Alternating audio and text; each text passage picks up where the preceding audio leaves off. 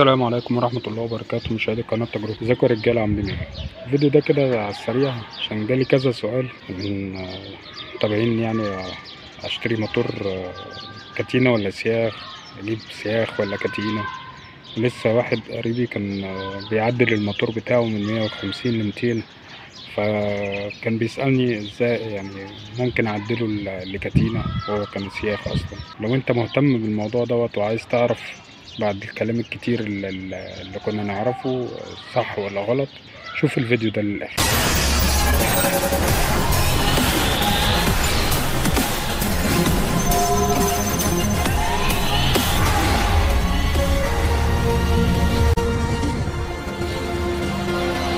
أول حاجة عايزين نعرفها يعني إيه سياخ ويعني إيه كتينة. الموتور الحركة بتاعت الصبابات فوق عشان تفتح وتقفل بانتظام مع البستم وهو طالع ونازل، دي بتبقى تقسيمة لازم تبقى دقيقة جدا جدا جدا. يعني لو خلفت جزء صغير او فرقت ثانية واحدة في فتح صباب وقفله مع طلوع ونزول البستم، الصباب ممكن يتكسر. فاللي بيحكم الموضوع دوت تقسيمة، ان بيقولك تقسيمة الموتور. حتى انت لما تسمع الميكانيك لما يقولك تقسيمة الموتور، اللي هو بيظبط في الموتور اللي سياخ ترس التقسيمة مع الحدافة، بحيث ان هو مع البستم يبقى في اعلى صعود ليه، في اعلى نقطة ليه، يبقى الصبابات مقفولة. ولما ينزل البستم تبدأ الصبابات تفتح، سواء صباب العادم ان هو يفتح يخرج العادم، او صباب البنزين يفتح ينزل البنزين. فلو خلفت سنة هتلاقي الموضوع دوت دخل في مشكلة كسر الصبابات والموضوع دوت.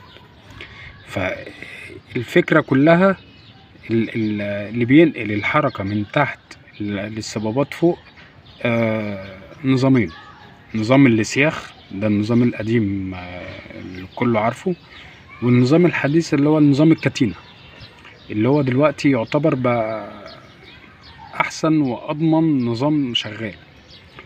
بس الفرق بينهم بقى ايه؟ يعني في ناس بتسأل هل السياخ احسن واقوى وتدي عزم للمكنه وسرعه وكده احسن من الكاتينا، ولا؟ يا جدعان السياخ او الكاتينا ملهاش دعوه خالص خالص خالص، ولا بعزم ولا بسرعه ولا باي حاجه. النظام ده بس مجرد ان هو بينقل الحركه من تحت للصبابات في حركه الصبابات فوق. طب ايه الفرق بين الكاتينا والسياخ؟ الفرق ان الكاتينا بتبقى انعم، لان قطع المستخدمه فيها هما 3 قطع، يعني ترس فوق وترس من تحت والكاتينا في النص. دي الكاتينا. لكن السياخ بيبقى فيه شواكيش تحت وترسين تقسيمه، ترس تقسيمه، وفي ترس مناول، وفي شاكوشين تحت، وفي سيخين في النص، وفي شواكيش من فوق. فتحس يعني انا عشان مجرب الموضوع ده، واللي معاه المكنه السياخ هيقدر يحس بالموضوع ده، اللي بيشتكي من الزنه والتنميل في الرجل وفي الايد مع السرعات العاليه. ما هو ده من الشواكيش والحركه الكتيره اللي جوه الموتور في الموتور السياخ. لكن في الموتور الكاتينا، اي حد معاه موتور كاتينا بوكسر دايون 6 دايون فيجوري زي اللي معايا ديت، كل دوت مش هيحس بالزنه ولا الكلام ده كله. فملهاش دعوه ولا بعزم ولا بسرعه ولا بحاجه، هي بتختلف بس ان هو بيبقى انعم، بالذات لما كمان الموتور كمان يبقى فيه حدافه اتزان، فمش هتحس باي اهتزازات ولا اي حاجه في الموتور. الموتور اخرس وناعم بسم الله ما شاء الله، زي بتاع الفيجوري كده وبتاع الدايون 6. فالمشكله كلها في ايه؟ والفيصل في الموضوع ده ايه؟ الميكانيكي اللي بيتعامل مع المواتير دي. حتى لو تلاحظ ان الميكانيكيه اكتريتهم بتقولك ايه، لا يا عم هات انت موتور سياخ احسن واجمد ومش عارف ايه وكده. هم مش اجمد ولا احسن، هم عشان بيعرفوا سهل ليهم صيانته، لان النظام السياخ وكده مش محتاج صيانه. انت بتغير حتى لو السيخ باظ، الشواكيش باظت، انت بتشيله وبتحط، والتقسيمه بتبقى من تحت زي ما هي. لكن المشكله في ايه؟ في الكاتينا انت بتبقى محتاج ميكانيكي محترم يعرف يظبط التقسيمه، لان انت مجرد لو حبيت تغير الكتينه او تغير اي حاجه، مجرد الكتينه ما اتشالت من على الترس من فوق او من تحت، التقسيمه خلفت خلاص، هي كده لازم تقسم من جديد.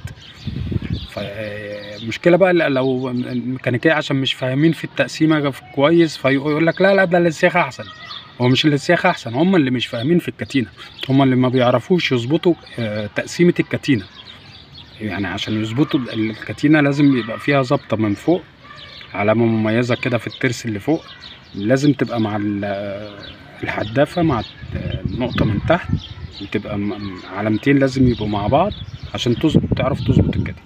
فالميكانيكي بيستسهل يقول لك لا يا عم ده السياخه احسن وكده. لا، هو الميكانيكيه بيستسهلوا يعني، الا ما رحم ربي يعني. الميكانيكيه يعني للاسف، وانا اسف جدا ان انا بقول كده، ان كل صنايعي بيتعلم له شويه في مكن صيني بيفتح ورشه لنفسه ويقول لك انا ميكانيكي، ويرجع بعد كده الناس تشتكي اللي ما بيعرفش يصلح، ده ما بيعرفش، بس الميكانيكيه مش عارف ايه. لا، هو العيب مش في الميكانيكيه، المشكله ان الميكانيكي لازم يبقى خبره في الحاجه ديت، لان دي امانه. يعني الخلاصه الفرق بين ميكانيكي كويس وميكانيكي وحش هو الضمير بس. ان يعرف يقول لك انا بعرف اعمل كذا يبقى بيعرف يعمل كذا، لكن يقول لك انا بعرف هو ما يعرفش، فدي كده ما عندوش ضمير. وده اللي بيخلي الناس تهرب من مواتير الكتينه او تخاف من مواتير الكتينه عشان مش لاقيه ميكانيكيه كويسه يتعاملوا معاها. الافضل موتور الكتينه عشان ما تحسش بالذبذبه وكده. واللي يقول لك اصل السياخ بتستحمل والكتينه ما بتستحملش، لا، انا معايا موتور الفيجورا اهوت ماشي بيه اكتر من 54,000 كيلو، وكنت شغال بالمكنه صبح وليل والكتينه، والحمد لله لغايه دلوقتي ولا غيرت كتينه ولا في اي مشكله فيها. بدام بتستخدم زيت نوعه كويس وبتسخن المكنه كويس الزيت بتغيره في مواعيده وما بتقرص على الموتور في المشي، هتلاقي الكتينه شغاله معاك كويس ومفيش اي مشاكل فيها. شغال بيها بقى صبح وليل وطحن واحرق فيها زي ما انت عايز، ما فيهاش اي مشكله ولا ادنى مشكله. يا ريت كنا قدرت افيدكم، ولو استفدت من الفيديو يا ريت لايك وشير عشان غيرك يستفيد. والسلام عليكم ورحمه الله وبركاته.